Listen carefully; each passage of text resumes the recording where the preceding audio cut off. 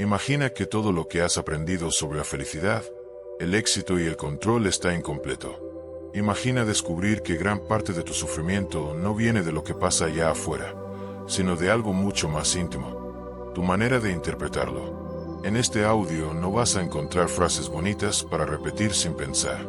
Aquí vas a escuchar conversaciones que podrían incomodarte, historias que te harán cuestionar tu forma de reaccionar al mundo. Te lo advierto, más de una verdad que puede sorprenderte. Porque el estoicismo no es teoría muerta escrita en pergaminos antiguos. Es una llave para abrir la puerta a la serenidad en medio del caos. Y esa llave la tendrás en tus manos a lo largo de estas páginas. Quiero que te prepares. En cada capítulo te vas a encontrar con un diálogo, una historia y un reto práctico. Pero entre todo eso habrá algo más. Una revelación que quizá no esperas. Descubrirás que la verdadera libertad no depende de tu dinero, ni de tu trabajo, ni siquiera de las personas que te rodean. La verdadera libertad está en tu mente, y aprenderás a tomarla de vuelta. Este libro no es una lectura ligera, es un espejo. Te mostrará cómo, sin darte cuenta, muchas veces has entregado tu paz a la opinión de los demás, al miedo a la muerte, al dolor, a la ira. Pero también te mostrará el camino para recuperar lo que siempre fue tuyo, el control sobre ti mismo. Al final, cuando cierres la última página, quiero que sientas que no solo leíste, sino que viviste una conversación contigo mismo. Y lo más importante, quiero que descubras la sorpresa que guardan estas enseñanzas milenarias, que tu vida puede cambiar sin que nada externo cambie. ¿Alguna vez has sentido que el universo conspira en tu contra? Como si cada paso que das tropezara con un obstáculo inesperado. Como si una nube negra personal te siguiera a todas partes. Yo sé lo que es.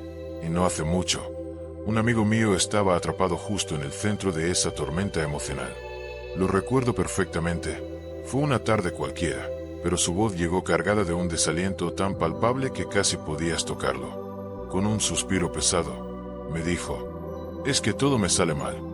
Lo miré, arqueando una ceja, y le pregunté con un tono deliberadamente inquisitivo: «¿Todo?» Y él, sin dudarlo, se desahogó. Sí, todo. Llevaba meses planeando una fiesta. Meses. ¿Y qué pasó? Llovió a cántaros. Arruinó absolutamente todo. Y esta mañana, ni te cuento. El tráfico. Un caos infernal. Una trampa de metal y claxones. Llegué tardísimo al trabajo, y mi jefe me gritó delante de todos: «Siento, de verdad, que el universo me tiene manía». Lo observé en silencio por unos instantes. Conocía perfectamente esa sensación, esa impotencia que te invade cuando sientes que las riendas de tu vida se te escapan de las manos. Esa mezcla agria de frustración y rabia cuando parece que nada, absolutamente nada, depende de ti. Entonces, con una calma que buscaba contrastar con su agitación, le formulé una pregunta simple pero directa. Con voz pausada le dije: «Dime una cosa, de todas esas situaciones que mencionaste, ¿cuál estaba realmente bajo tu control? ¿Acaso tenías el poder de manipular las nubes y detener la lluvia? ¿Podrías haber ordenado a los coches que se apartaran mágicamente para que llegaras más rápido al trabajo? ¿Y podías, de alguna manera, dictar el tono de voz o el humor de tu jefe?» Mi amigo se quedó en silencio. Su mirada se desvió hacia el suelo, como si la respuesta estuviera grabada en las baldosas a sus pies. No dijo nada, porque, seamos sinceros, la respuesta era tan obvia como el sol al mediodía. No, él no podía controlar ni el clima, ni el tráfico, ni la reacción de su jefe. Y sin embargo, se había entregado por completo a la desesperación. Había permitido que esas circunstancias externas perturbaran su paz interior, como si fueran asuntos de su total incumbencia, como si fueran su responsabilidad directa. Fue en ese momento, mientras lo veía cabizbajo, que recordé una idea fundamental, un pilar de una filosofía milenaria que tiene mucho que enseñarnos sobre cómo navegar las tormentas de la vida: el estoicismo. Su punto de partida es sorprendentemente claro y directo. La dicotomía del control. Es un concepto simple, casi infantil en su obviedad, pero cuya aplicación consciente y diaria puede revolucionar por completo nuestra existencia. Se resume en una frase tan sencilla como poderosa: Hay cosas que dependen de mí, y hay cosas que no dependen de mí. Detengámonos un instante en esta distinción crucial, porque es aquí donde reside la clave de todo. Pensemos con detenimiento que entra en cada una de estas categorías. Las cosas que sí dependen de ti, son aquellas que emanan directamente de tu ser, de tu interior. Son tus juicios, la forma en que interpretas los acontecimientos que te suceden. Son tus acciones, las decisiones que tomas en cada momento. Es tu respuesta emocional frente a los hechos, la actitud con la que eliges encarar cada desafío. En resumen, tu mundo interior. En contraposición, las cosas que no dependen de ti, son el vasto e incontrolable universo de lo externo. El clima, con su imprevisibilidad caprichosa. La opinión de los demás, ese torbellino de juicios ajenos que a menudo nos atormenta y condiciona. El pasado, ese río caudaloso que fluye sin cesar y que, por más que lo intentemos, no podemos remontar. El azar, esa fuerza misteriosa que introduce variables inesperadas en nuestra vida.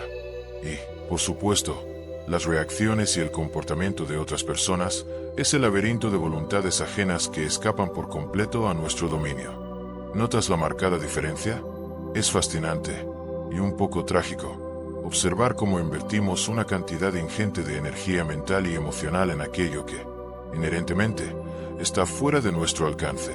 Pasamos una porción considerable de nuestra vida obsesionados con lo que no podemos cambiar, con lo que escapa a nuestra influencia.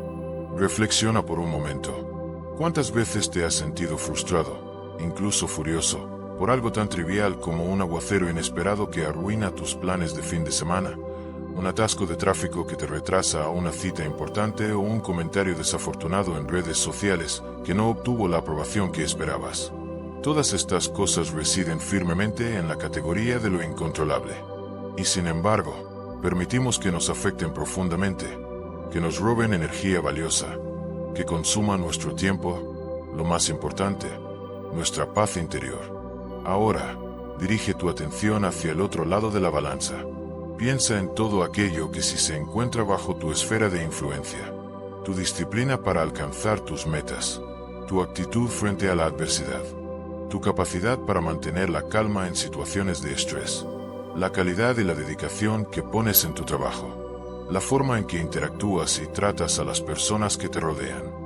¿No resulta paradójico que a menudo descuidemos precisamente aquello que tenemos el poder de moldear y cultivar? Epicteto, un gigante del pensamiento estoico, un hombre que paradójicamente vivió gran parte de su vida como esclavo, pero que alcanzó una libertad interior envidiable, lo expresó con una claridad meridiana.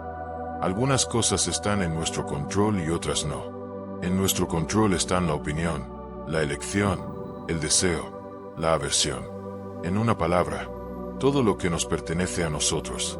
Fuera de nuestro control están el cuerpo, la reputación, la riqueza, el poder, en una palabra, todo lo que no nos pertenece. La vida de Epicteto es un testimonio poderoso de esta verdad. A pesar de las cadenas físicas que lo ataban, comprendió que su verdadera libertad residía en el dominio de su mente, en la capacidad de elegir sus respuestas ante las circunstancias externas. Volvamos a la cotidianidad, a esos escenarios que todos enfrentamos.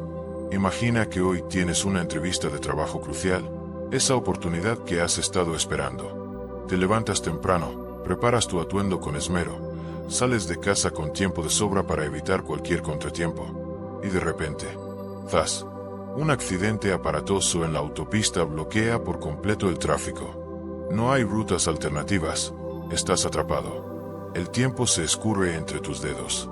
Finalmente, llegas a la entrevista con retraso, agitado y con la sensación de que todo está perdido.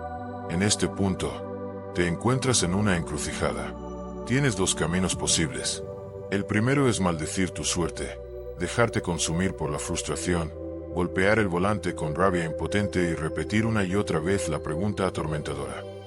¿Por qué a mí? ¿Por qué siempre a mí? Te sientes víctima de las circunstancias, crees que el universo está empeñado en sabotear tus esfuerzos. El segundo camino es aceptar lo inevitable, reconocer que el embotellamiento está fuera de tu control, respirar profundamente, tratando de serenar tu mente agitada. Y te concentras en lo único que aún puedes controlar, tu reacción ante la situación, tu capacidad para mantener la calma, tu habilidad para explicar lo ocurrido con serenidad y profesionalismo al entrevistador. Observa con atención. El escenario externo, el hecho de haber llegado tarde, no cambia. Pero tú sí puedes cambiar tu respuesta, tu actitud frente a ese imprevisto. Y es precisamente en esa elección, en ese espacio de libertad interior, donde reside el verdadero poder transformador del estoicismo. ¿Necesitas otro ejemplo, quizás más cercano a nuestra era digital? Considera el mundo de las redes sociales. Inviertes horas de dedicación y creatividad en producir algo que consideras valioso. Lo compartes con ilusión, y la respuesta es un silencio ensordecedor. Apenas unos pocos me gusta. Es fácil caer en el desánimo, en la tristeza del nadie valora lo que hago. Pero detente un instante y aplica la dicotomía del control. ¿Estaba realmente en tus manos la cantidad de atención que recibiría tu publicación? No, lo que sí estaba, y siempre estará, bajo tu control es la calidad de lo que creas, tu constancia y el sentido que le das a tu acción. Sin embargo, es crucial señalar que esto no significa caer en la apatía o la indiferencia. No se trata de decir, como no puedo controlar el clima, ¿para qué hacer planes? Eso sería rendirse. El verdadero sentido radica en prepararte diligentemente para aquello que sí puedes influir, en aceptar con serenidad aquello que escapa a tu poder y en responder siempre desde la calma y la razón. Marco Aurelio, el emperador filósofo, otro faro del estoicismo, plasmó esta idea con una concisión brillante en sus meditaciones. Él escribió: si te aflige algo externo, no es eso lo que te perturba, sino tu juicio sobre ello, y está en tu poder eliminar ese juicio ahora mismo. Permíteme repetir esta frase, porque es oro puro. No es el acontecimiento en sí mismo lo que te afecta, sino la forma en que eliges interpretarlo. Y aquí reside el quid de la cuestión. Esta idea no es simplemente una teoría bonita para libros antiguos. Es un ejercicio constante, una práctica diaria. Cada día, te enfrentarás a una multitud de situaciones que escapan a tu control. La pregunta esencial es, ¿vas a permitir que te arrastren como una hoja a merced del viento? ¿O vas a tomar las riendas de tu respuesta? Para ayudarte a internalizar este principio, te propongo un ejercicio práctico, sencillo pero profundamente efectivo. Hoy, en cualquier momento en que sientas que la irritación comienza a apoderarse de ti, cuando algo amenace tu paz interior, detente. Haz una pausa consciente y repite mentalmente, como un mantra: esto no depende de mí. Lo que sí depende es cómo respondo. Repite estas palabras. Al principio sentirás resistencia. Tu mente querrá seguir quejándose. Pero si persistes, si lo repites con constancia, descubrirás que algo cambia. Tu mente dejará de ser un campo de batalla y empezará a ser un refugio. Y en ese refugio, en el control de tus respuestas, encontrarás una libertad que nunca antes habías imaginado. Subí una foto y nadie, absolutamente nadie, me dio like. Me siento invisible, como si no importara. La confesión me llegó con una vulnerabilidad cruda, de esas que se notan en el brillo quebrado de los ojos. La persona frente a mí no estaba hablando de una simple imagen digital, estaba describiendo un profundo sentimiento de vacío, una herida en su sentido de pertenencia en este mundo hiperconectado. La miré por un momento, dejando que el peso de sus palabras flotara en el aire entre nosotros. Podría haberle dado una palmada en la espalda y dicho la típica frase vacía: no te preocupes, no es para tanto. Pero sentí que eso habría sido un insulto a su dolor. En su lugar, le hice una pregunta que buscaba sacudir los cimientos de esa tristeza, una pregunta diseñada para descolocar. Entonces, si te entiendo bien, tu valor como persona depende de un pequeño botón azul en la pantalla del teléfono de otra gente. El silencio que siguió fue denso, cargado de revelación, porque, aunque suene duro, aunque nos rebelemos contra esa idea, es exactamente la trampa en la que muchos de nosotros vivimos hoy en día. Estamos atrapados, voluntariamente, en una jaula invisible pero increíblemente resistente, una jaula hecha con los barrotes de las opiniones ajenas. Piénsalo bien. ¿Cómo empieza tu día? Para millones de personas, el primer acto consciente no es estirarse, ni beber un vaso de agua, ni siquiera mirar por la ventana. Es estirar la mano hacia la mesita de noche, coger el móvil y sumergirse en el torrente de la validación externa.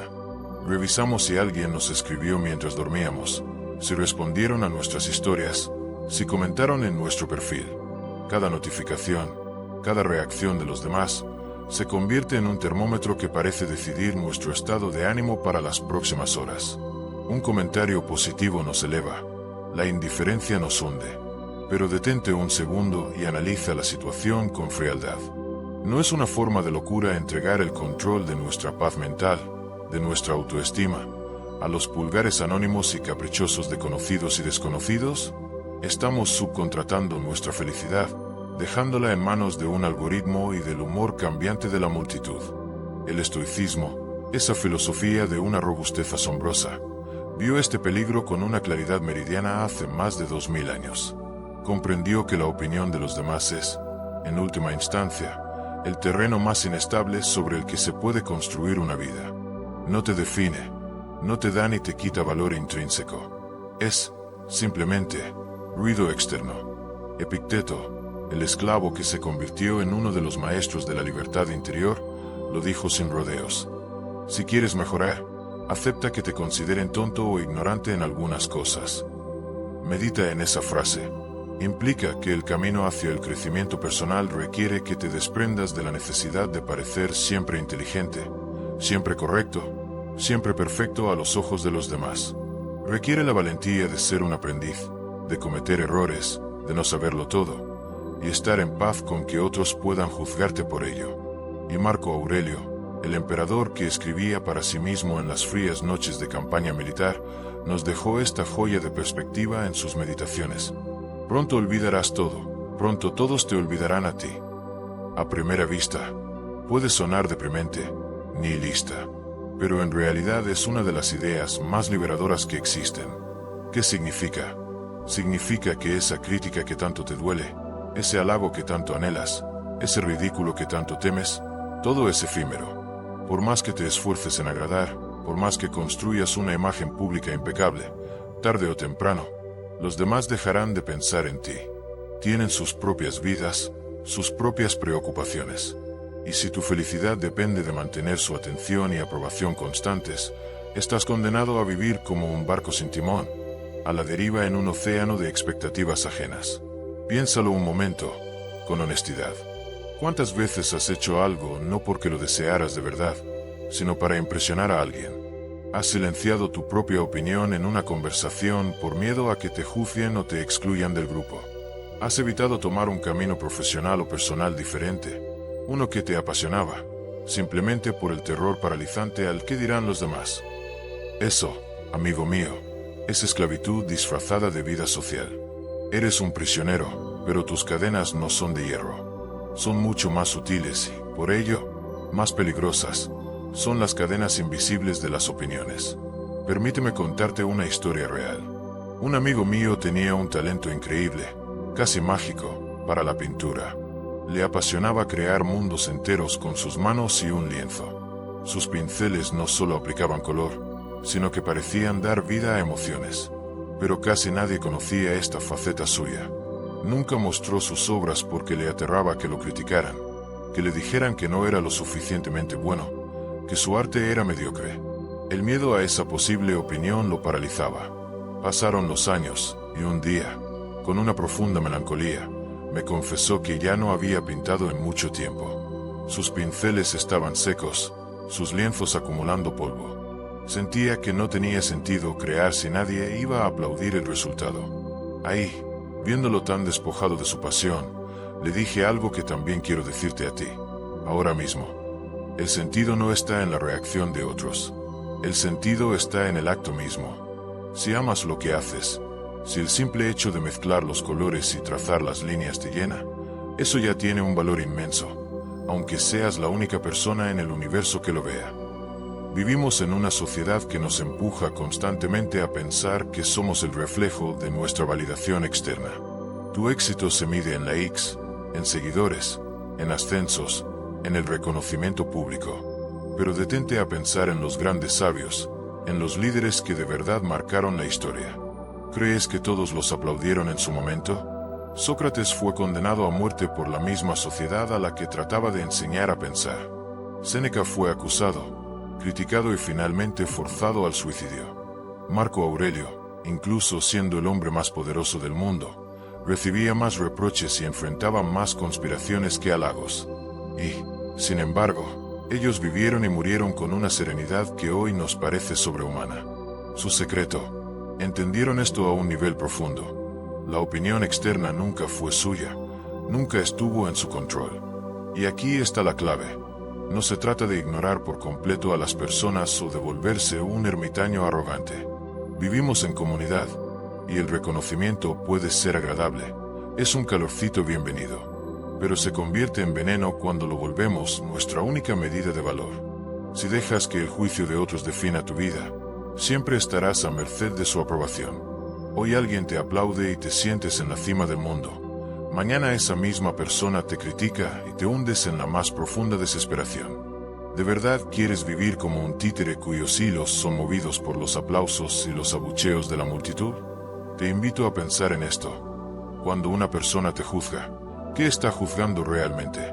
Generalmente, su juicio no habla tanto de ti como de su propia forma de ver el mundo. Habla de sus inseguridades, de sus creencias limitantes, de sus experiencias pasadas, de sus prejuicios.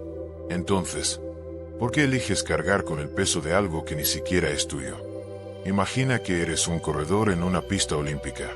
Estás concentrado en tu ritmo, en tu respiración, en la meta. Cada vez que alguien desde las gradas te grita algo, ya sea un ánimo o un insulto, tú te detienes, te giras a buscarlo y te pones a responderle. ¿Qué crees que pasará? Nunca, jamás, ganarás la carrera. Así vivimos cuando le damos más importancia a las voces externas que a la dirección de nuestro propio camino. El estoico entiende esto y practica un tipo de libertad que pocos conocen. La libertad de ser fiel a sus principios, no a las expectativas ajenas. Eso no significa ser arrogante. Significa actuar desde tu esencia, sabiendo que la aprobación externa puede llegar, o no. Pero tu valor como persona permanece intacto, inalterado. Piensa en los artistas que hoy admiras. Muchos fueron ignorados, ridiculizados o considerados fracasos en sus inicios. ¿Qué hubiera pasado si hubieran abandonado por miedo al que dirán? Probablemente nunca hubieras escuchado su música, visto su arte o leído sus libros. No fue la opinión de los demás lo que los sostuvo en los momentos de duda, sino la convicción interna de que su trabajo tenía un valor intrínseco. Así que cada día, en cada momento, tienes una elección fundamental. ¿Vives para agradar a otros y coleccionar aplausos efímeros? ¿O vives en coherencia con tu esencia, con tus valores, aunque eso signifique que algunos no lo entiendan o no lo aprueben? El primer camino te hará esclavo. El segundo te dará la libertad. Para ayudarte a empezar a cortar esas cadenas, te propongo un ejercicio práctico. Hoy, antes de dormir, haz este pequeño ritual. Piensa en una acción tuya del día que te haga sentir orgullo. Algo que hiciste bien, con integridad, con amabilidad, aunque nadie lo haya visto ni celebrado. Escríbela o simplemente repítela mentalmente. Y luego, reconoce activamente que tu valor en ese acto no depende en absoluto de que alguien más lo apruebe.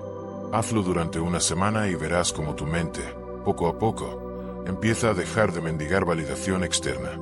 La trampa de la opinión ajena es seductora porque todos, en el fondo, queremos sentirnos aceptados. Pero cuando aprendes a soltar esa necesidad, descubres algo inesperado y maravilloso.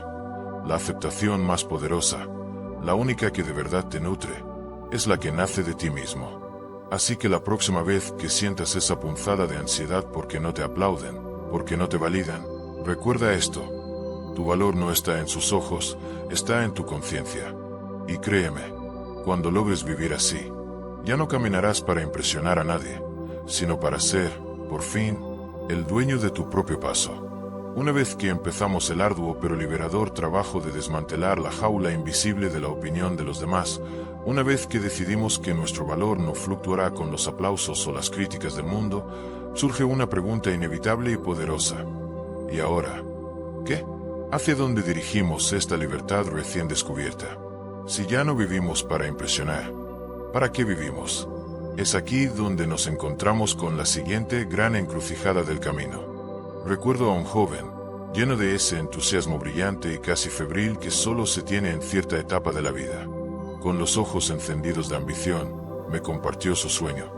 Quiero dejar huella en el mundo, me dijo. Quiero ser alguien grande, reconocido, alguien que realmente cambie la historia. Su energía era contagiosa, y su aspiración, noble. Le sonreí, reconociendo esa misma llama que todos hemos sentido alguna vez, y le respondí con una calma deliberada. Eso suena como un destino magnífico. Y dime, ¿qué hiciste hoy para acercarte a él? ¿Cuál fue el paso, por pequeño que fuera, que diste en esa dirección? El fuego en sus ojos titubeó. Se quedó en un silencio abrupto. Su mirada, que antes apuntaba al horizonte de la historia, cayó al suelo. Después de unos segundos que se sintieron largos, murmuró con una voz casi inaudible. Pues, nada en especial. Hoy no hice mucho. Y en esa simple y honesta confesión reside uno de los mayores dramas de la condición humana. Queremos la cima resplandeciente del Everest, pero no queremos dar el primer paso fuera del campamento base.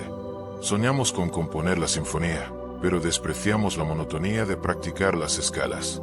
Anhelamos los logros gigantescos, pero menospreciamos, e incluso ignoramos, la infinita cadena de pequeñas acciones que, y solo ellas, construyen esos logros.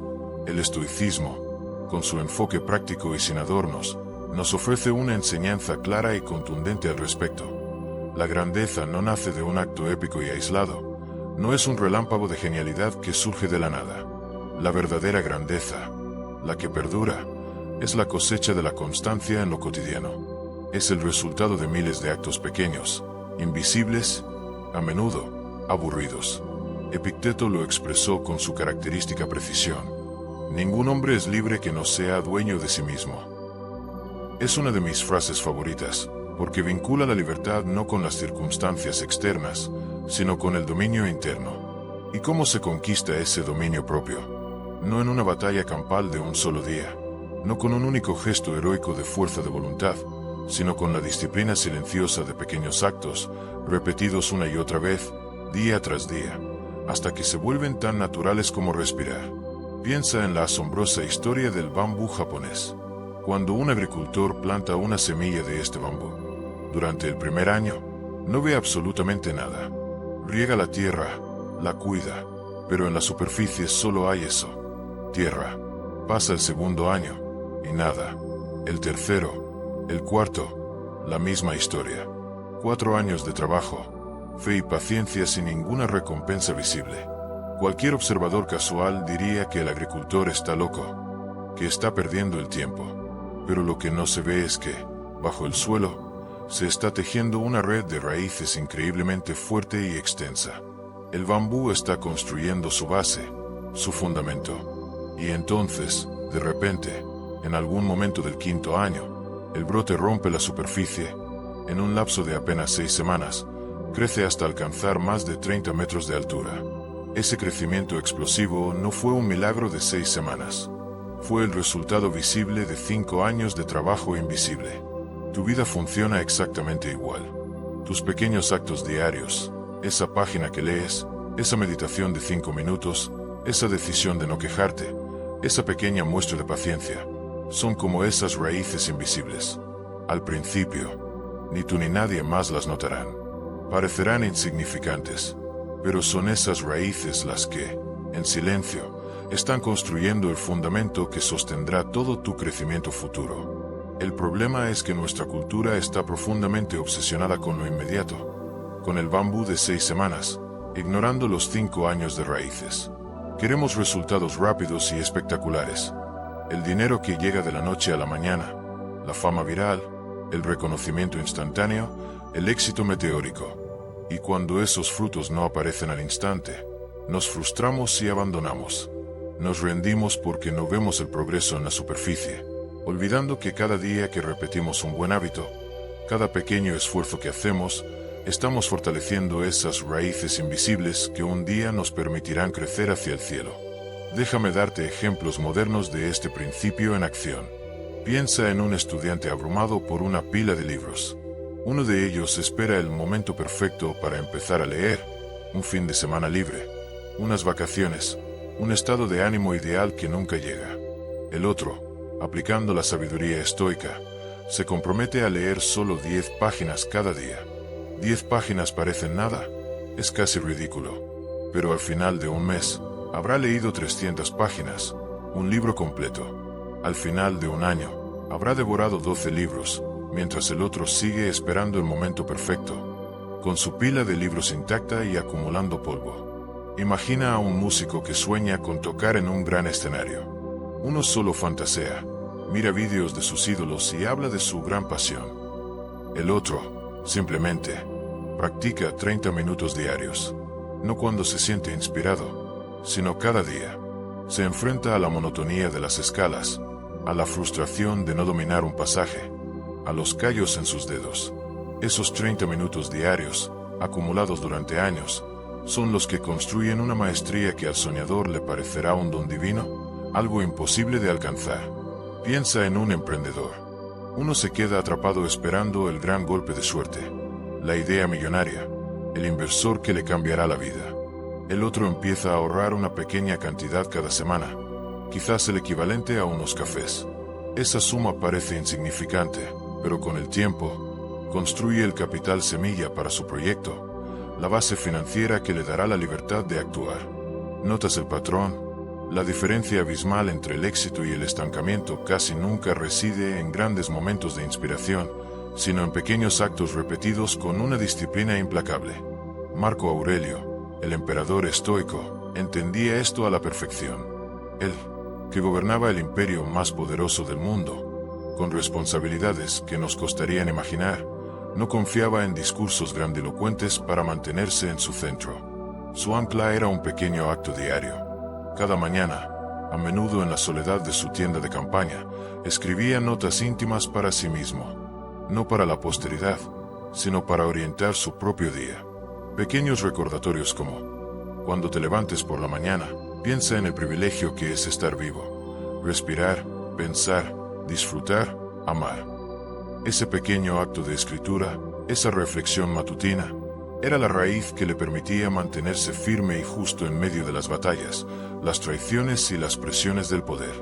Y aquí viene una verdad que a muchos les incomoda: la grandeza no se improvisa. No puedes pretender tener un control emocional férreo en medio de una crisis, si nunca has practicado la paciencia en el tráfico o en una discusión trivial. No puedes esperar enfrentar con serenidad un fracaso profesional enorme, si nunca has ejercitado tu disciplina en cosas tan pequeñas como levantarte a la hora que dijiste que lo harías. El carácter es un músculo, y se entrena en el gimnasio de lo cotidiano. Recuerdo a un conocido que siempre proclamaba que quería correr una maratón. Su entusiasmo era innegable. Compraba la ropa deportiva más cara, los relojes más avanzados, y hablaba de ello con una pasión desbordante en cada reunión social. Pero nunca entrenaba. Un día, lleno de un impulso ciego, se inscribió en una carrera corta de 10 kilómetros. Terminó exhausto, desmoralizado, incluso con una lesión. ¿Por qué? Porque se enamoró de la idea de ser un corredor, pero despreció el proceso. Se saltó los miles de pequeños actos de entrenamiento diario que construyen a un corredor real. En cambio, tengo otro amigo que nunca habló de maratones. De hecho, era bastante callado al respecto. Simplemente, empezó a correr un poco cada día. Al principio, apenas podía aguantar unos minutos. Luego, llegó a media hora. Con el tiempo, a una hora. Sin presumir, sin drama. Un día se inscribió y corrió una maratón completa. Su éxito no fue una sorpresa para quienes lo conocían de cerca. Fue la consecuencia lógica e inevitable de sus pequeños actos acumulados. El estoicismo nos invita a desviar nuestra mirada de la gloria futura y a enfocarla intensamente en el hoy, en el acto que tenemos justo delante. Pregúntate, ¿qué pequeño acto puedo hacer ahora mismo que me acerque, aunque sea 1 milímetro, a la persona que aspiro a ser? Puede ser tan simple como no posponer la alarma, controlar una reacción impulsiva de ira, agradecer algo antes de dormir o, simplemente, terminar esa tarea que llevas días evitando. No subestimes estos actos. Son los ladrillos con los que construyes la catedral de tu carácter. Lo fascinante es que la neurociencia moderna ha venido a respaldar esta visión estoica milenaria. Se ha demostrado que los hábitos se forman a través de pequeñas decisiones repetidas. Cada vez que repites una acción, tu cerebro fortalece las conexiones neuronales asociadas a ella. Es como excavar un sendero en un bosque denso. El primer paso es difícil, apenas deja huella. Pero si pasas por ahí cada día, la hierba se aplasta, se forma un sendero visible. Con el tiempo, se convierte en un camino claro y fácil de recorrer. Lo que al principio requería un esfuerzo consciente, se vuelve automático. Entonces, ¿qué pasaría si desde hoy mismo adoptaras un pequeño hábito estoico? No algo vago y enorme como seré una persona más serena, sino algo simple, concreto y realizable. Detenerte a respirar profundamente antes de responder con enojo. O escribir 3 cosas por las que estás agradecido cada noche. O levantarte sin posponer la alarma. En un mes, notarías una diferencia sutil pero real. En un año, te sorprenderías de tu propio progreso. En una década, serías una persona transformada, casi irreconocible para tu yo actual. Así que te propongo un ejercicio práctico. Hoy, elige un solo hábito estoico, pequeño y concreto. Comprométete a hacerlo todos los días de esta semana. No esperes fuegos artificiales ni cambios inmediatos. Simplemente hazlo. Al cabo de unas semanas, mira atrás. Te darás cuenta de que ese pequeño acto, esa semilla aparentemente insignificante, ha comenzado a germinar, dando lugar a una transformación silenciosa pero inmensa. El poder de los pequeños actos reside en que son invisibles al principio, pero se vuelven irresistibles a largo plazo. Son como gotas de agua que, una a una, pueden perforar la roca más dura. Con el tiempo, formar un río imparable que te llevará a tu destino. Así que deja de obsesionarte con los grandes gestos heroicos. No esperes un momento perfecto que nunca llegará para comenzar. Empieza hoy, ahora mismo, con un pequeño acto. Ese, y no otro, es tu verdadero camino hacia la grandeza. Hemos hablado de liberarnos de la jaula de la opinión ajena y de encontrar la grandeza en la disciplina de los pequeños actos. Hemos establecido que nuestro enfoque debe estar en lo que podemos controlar, nuestras acciones, nuestros juicios, nuestros hábitos. Pero inevitablemente, llega un día en que el mundo exterior ruge con tal fuerza que amenaza con derribar todo lo que hemos construido por dentro. Un día en que nuestros pequeños y disciplinados actos parecen una defensa inútil contra el tsunami del caos. Hay momentos en la vida, y los conoces bien, en los que parece que todo el universo conspira en tu contra. Te levantas con tu propósito diario, listo para dar ese pequeño paso, y te encuentras con un muro. El tráfico es un nudo inmóvil y agresivo. Tu jefe descarga sobre ti la frustración de su propia mala mañana. Un proyecto crucial se retrasa por razones que escapan a tu control. Las facturas se acumulan en la mesa con una urgencia silenciosa. Para completar el cuadro, una persona cercana, alguien en quien confías, te dice algo que te hiere. Una palabra lanzada como una piedra que golpea justo en tu punto más vulnerable. En esos instantes, la reacción más común, la más instintiva, es perder el control. El cuerpo se tensa, la sangre hierve, la mente se nubla. Y entonces estallamos, gritamos en el coche, respondemos con un correo electrónico cargado de ira, nos sumimos en una espiral de angustia, simplemente nos rendimos y dejamos que la ola de negatividad nos arrastre.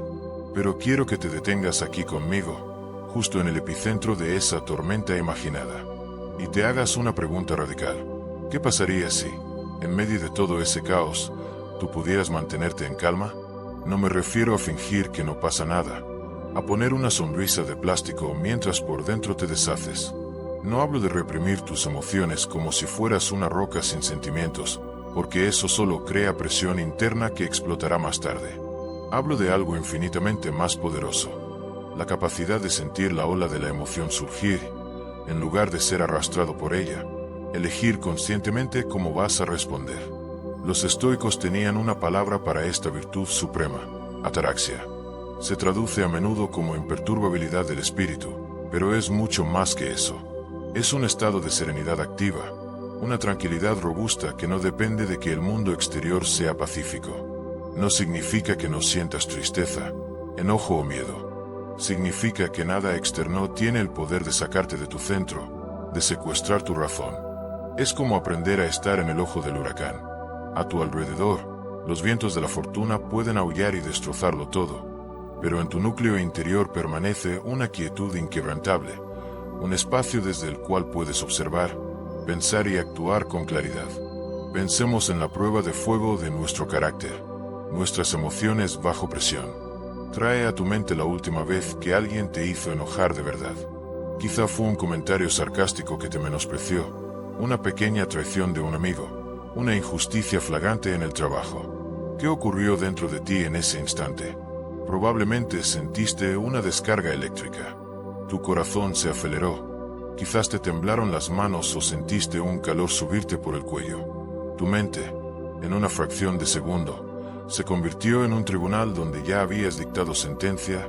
Probablemente, empezaste a imaginar 1000 escenarios de confrontación o venganza. Lo curioso y trágico es que ese estallido emocional rara vez soluciona el problema. De hecho, casi siempre lo agrava. Las palabras dichas con ira no se pueden retirar. Las decisiones tomadas desde la angustia suelen ser erróneas. Y lo peor de todo es que, mucho después de que la situación haya pasado, tú sigues cargando con el veneno de esa emoción. Te llevas la incomodidad a casa, te impide dormir, te roba la energía del día siguiente. En esencia, le has regalado tu paz interior a la persona o a la circunstancia que te provocó. Le has entregado las llaves de tu bienestar. Y es aquí donde los estoicos nos dejan una de sus enseñanzas más radicales y liberadoras. Quiero que la leas y la dejes resonar. Nadie, absolutamente nadie, tiene poder sobre tus emociones a menos que tú, conscientemente o no, se lo concedas. Esa es la verdadera prueba de fuego. Si gritas porque alguien te provocó, si te desesperas porque un proyecto fracasó, si te deprimes porque la vida no cumplió tus expectativas, en realidad, lo que ha sucedido es que has renunciado a tu soberanía interna. Has permitido que un evento externo dicte tu estado interior. Marco Aurelio, el emperador romano que, como vimos, construía su carácter con pequeños actos diarios, vivía en un caos que la mayoría de nosotros apenas podemos concebir. Estaba rodeado de traiciones en el Senado, guerras constantes en las fronteras del imperio, plagas que diezmaban a su población y tragedias familiares devastadoras. Tenía todas las razones del mundo para vivir en un estado de ira y estrés perpetuos. Sin embargo, en sus meditaciones, se escribe a sí mismo algo sorprendente. Si te molestan las acciones de otros, recuerda que no fue para eso que naciste, para indignarte. Estás aquí para vivir en armonía. Detente en esa idea. Él, que podía condenar a muerte a cualquiera con una sola orden, se recordaba a sí mismo que su propósito no era reaccionar, sino mantener su equilibrio interno. Entendía que reaccionar con ira ante una traición no revertía el acto, solo lo convertía a él en esclavo de la situación y del traidor. Ahora dime, si un hombre que cargaba con el peso del mundo, rodeado de enemigos, conspiraciones y muerte, pudo encontrar una y otra vez el camino de vuelta a la calma, ¿por qué tú y yo no podríamos aspirar a hacerlo en los desafíos de nuestro día a día? Cultivar la calma en medio del caos no es magia. No es un don innato que solo algunos afortunados poseen. Es una habilidad. Y como cualquier habilidad, se entrena. Es una práctica diaria, construida sobre esos pequeños actos de los que hablábamos en el capítulo anterior. Aquí te comparto 3 ejercicios estoicos, 3 técnicas que puedes empezar a practicar desde hoy mismo para fortalecer tu músculo de la serenidad. Primero, la pausa sagrada. En ese instante crítico, entre el estímulo, el insulto, la mala noticia, el atasco y tu respuesta habitual, el grito, la angustia, existe un espacio que suele durar una fracción de segundo. El entrenamiento consiste en alargar ese espacio. Antes de responder, antes de reaccionar, haz una pausa deliberada. No hagas nada, solo respira hondo. Cuenta 3 segundos en tu mente. En esa quietud, pregúntate, ¿qué ganaría realmente perdiendo la calma ahora? Me acercaría a una solución. Ese pequeño intervalo es donde reside tu libertad. Es el momento en que dejas de ser un autómata reactivo y te conviertes en un ser humano que elige. Segundo, el cambio de perspectiva o la vista desde arriba. Cuando algo te irrite profundamente, cuando un problema parezca un monstruo insuperable, Haz un ejercicio de imaginación. Visualiza que empiezas a flotar, elevándote por encima de tu cuerpo. Ves la habitación, luego tu casa, tu barrio, tu ciudad, como un punto en un mapa. Sigues subiendo, viendo tu país, el continente, y finalmente el planeta Tierra, una esfera azul y blanca suspendida en la inmensidad silenciosa del cosmos. Desde esa perspectiva, mira de nuevo ese problema que te atormentaba. Pregúntate, ¿en la escala de mi vida entera, esto seguirá importando en un año? ¿En 5 años? ¿En mi lecho de muerte? La mayoría de las veces, la respuesta será un rotundo no. Este ejercicio no minimiza tu dolor, sino que lo pone en su verdadera dimensión, robándole el poder de consumir todo tu presente. Tercero, el entrenamiento anticipado. Cada mañana, dedica un par de minutos a lo que Séneca llamaba premeditatio malorum, la premeditación de las adversidades. No se trata de ser pesimista o de amargarte el día antes de que empiece. Es una simulación, un entrenamiento mental. Imagina las posibles dificultades que podrían surgir, que el tráfico será horrible, que un colega será desagradable, que un cliente te cancelará a última hora. Imagina estos escenarios no para sufrirlos por adelantado, sino para decidir desde la calma cómo responderías si ocurrieran. De esta manera, cuando alguna de estas cosas suceda, no te tomará por sorpresa. Tu mente ya habrá ensayado una respuesta serena. Es como una vacuna emocional. Una pequeña dosis de adversidad imaginada te prepara para la dosis real. Quiero que ahora hagas algo conmigo. Si puedes, dilo en voz alta. Si no, repítelo con fuerza en tu mente. Puedo elegir la calma aunque todo a mi alrededor sea caos. Hazlo ahora. Puede parecer un simple mantra, pero en realidad es un recordatorio de tu poder soberano.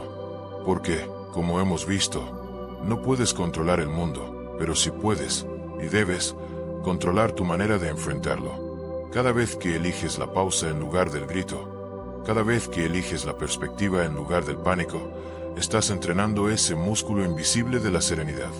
Al principio, te costará un esfuerzo tremendo, como levantar una pesa muy pesada por primera vez. Pero con cada repetición, se volverá un poco más fácil. Con el tiempo, la calma dejará de ser un esfuerzo y se convertirá en tu estado natural, en tu centro de gravedad. Y créeme, no hay fuerza más poderosa ni más admirable en este mundo que la de una persona que mantiene su calma y su claridad cuando todos los demás a su alrededor se están derrumbando. Así que este es tu desafío para hoy. Busca deliberadamente una pequeña situación que normalmente te alteraría. Puede ser un comentario incómodo de un familiar, la fila exasperantemente larga del supermercado, una demora en el transporte público. Cuando ocurra, obsérvate. Siente la irritación naciendo en ti. Y justo ahí, aplica tu entrenamiento. Haz la pausa sagrada. Respira. Y elige conscientemente no reaccionar con ira ni frustración. Simplemente observa, acepta y deja pasar la emoción sin que te controle. Esa será tu victoria del día. Pequeña en apariencia, pero de un significado enorme. La vida no va a dejar de ser caótica. El mundo seguirá lleno de injusticias, de imprevistos y de personas difíciles. La filosofía estoica no te promete un mundo perfecto y ordenado. Te promete algo infinitamente mejor y más útil. Un espíritu inquebrantable. La capacidad de caminar bajo la lluvia torrencial sin perder tu centro. Y cuando descubras, por experiencia propia, que puedes mantenerte en calma en medio del caos, te darás cuenta de que has encontrado algo que nadie, nunca, podrá robarte: tu paz. En el capítulo anterior, exploramos el arte de mantener la calma, de ser el ojo sereno en medio del huracán del caos. Aprendimos a usar la pausa sagrada, la vista desde arriba y el entrenamiento anticipado, no como meros trucos para sentirnos mejor, sino como herramientas robustas para proteger nuestro centro. Pero estas técnicas son mucho más que un simple escudo. Son las llaves que abren la puerta a la ciudadela interior, al tesoro final de todo este viaje. La verdadera libertad. Si cierras los ojos por un instante y piensas en la palabra libertad, ¿qué imagen se forma en tu mente? Quizás te imagines a alguien con una mochila al hombro, viajando sin destino fijo, explorando el mundo sin horarios, sin jefes, sin ataduras. Tal vez pienses en la imagen cinematográfica de un preso saliendo de la cárcel después de años de encierro, levantando el rostro hacia el cielo y respirando por primera vez el aire de un hombre libre. O quizás pienses en alguien que tiene el coraje de decir lo que piensa sin miedo a las consecuencias, a ser despedido, a ser juzgado, a ser cancelado. Todas esas imágenes son representaciones válidas y poderosas de la libertad. Pero los estoicos nos invitan a ir más allá, a descubrir una libertad aún más profunda, una que no depende de fronteras geográficas, ni de barrotes de acero, ni del permiso de los demás. Una libertad que no te pueden arrebatar ni en la celda más oscura de la prisión más remota. La libertad de tu mente. Epicteto, el filósofo que nos ha acompañado en este camino, un hombre que nació esclavo, lo expresó de la manera más contundente y paradójica. Nadie es libre si no es dueño de sí mismo. Reflexiona sobre la profundidad de esta afirmación viniendo de alguien que, legalmente, no era dueño ni de su propio cuerpo. ¿Qué quería decir? Quería decir que, aunque su cuerpo estuviera físicamente atado, encadenado o bajo las órdenes arbitrarias de un amo, existía un santuario inviolable dentro de él, un espacio interior al que nadie, ni el más cruel de los amos, podía acceder. Ese espacio era el de sus pensamientos, sus juicios, sus valores, sobre todo, su manera de responder a la brutalidad de su vida. Su cuerpo estaba encadenado, pero su mente volaba libre. Ahora, trae esa idea a tu propia vida. Piensa un momento, ¿cuántas veces te has sentido prisionero, aunque no tengas cadenas físicas que te aten? Te sientes prisionero cuando tu estado de ánimo para todo el día depende de un comentario casual que alguien hizo sobre ti por la mañana.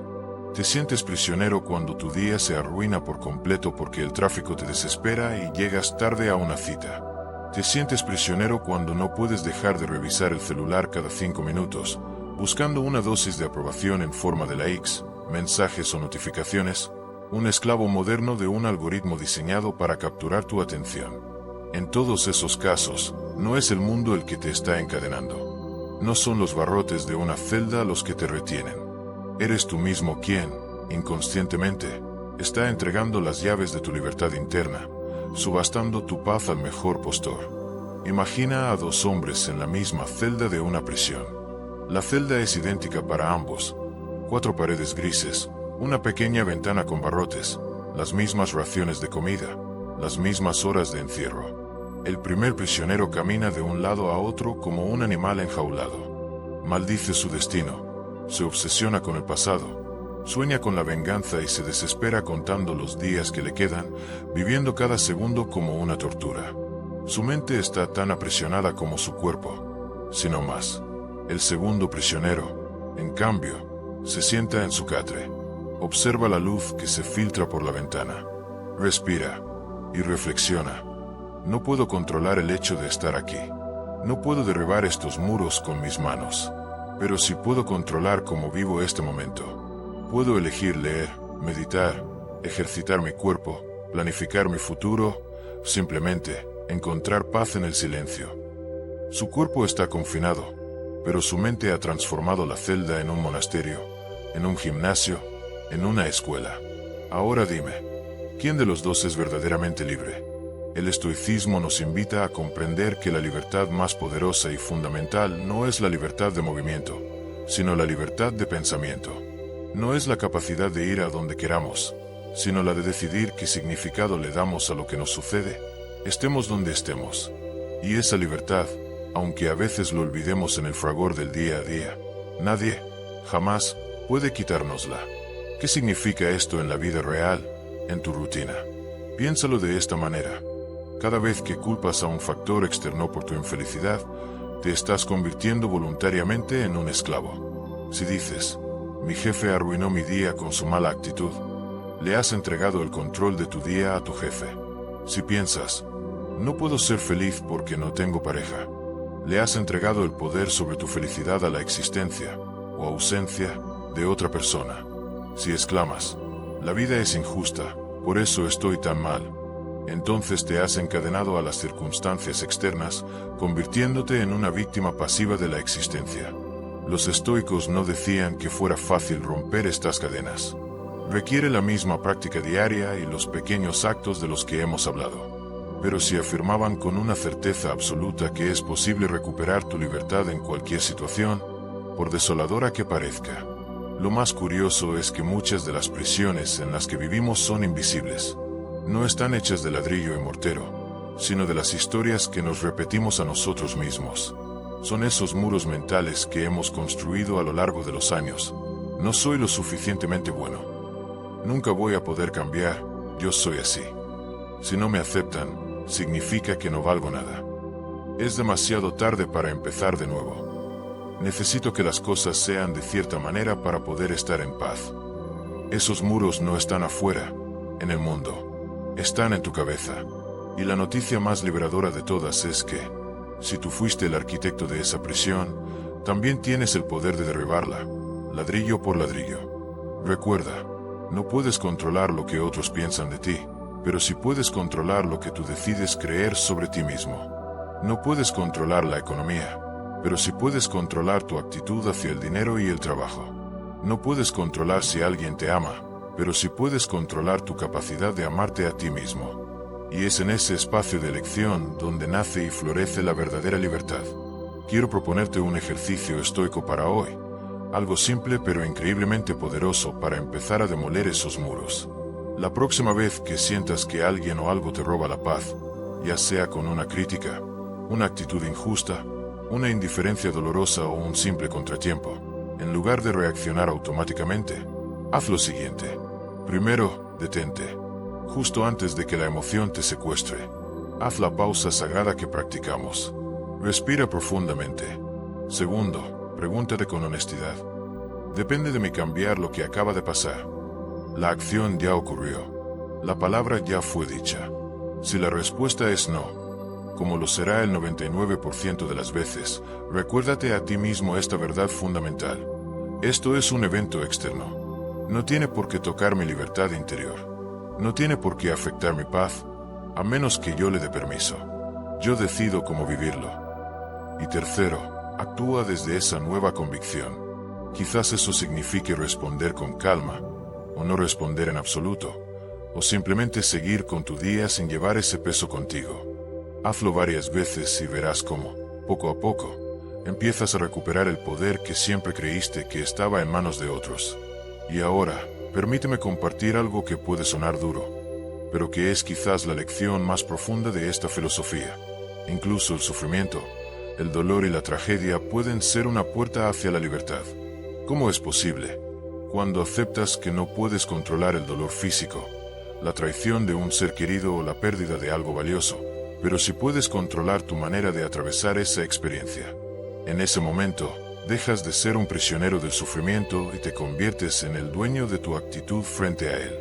Dejas de ser una víctima y te conviertes en un alquimista que transforma el plomo del dolor en el oro de la fortaleza y la sabiduría. Marco Aurelio lo resumió con una claridad escalofriante. El hombre busca huir de la muerte, pero no sabe huir de la vida indigna.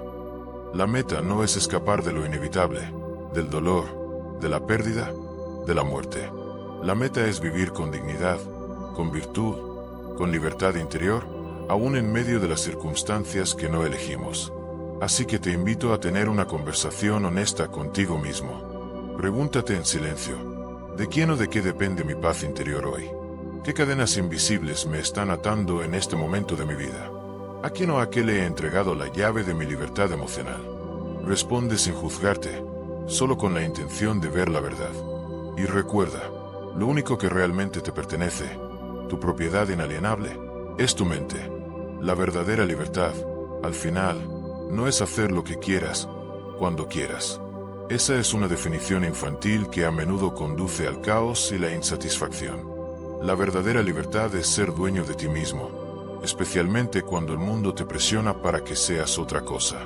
Es mantener tu centro cuando todo a tu alrededor es turbulencia.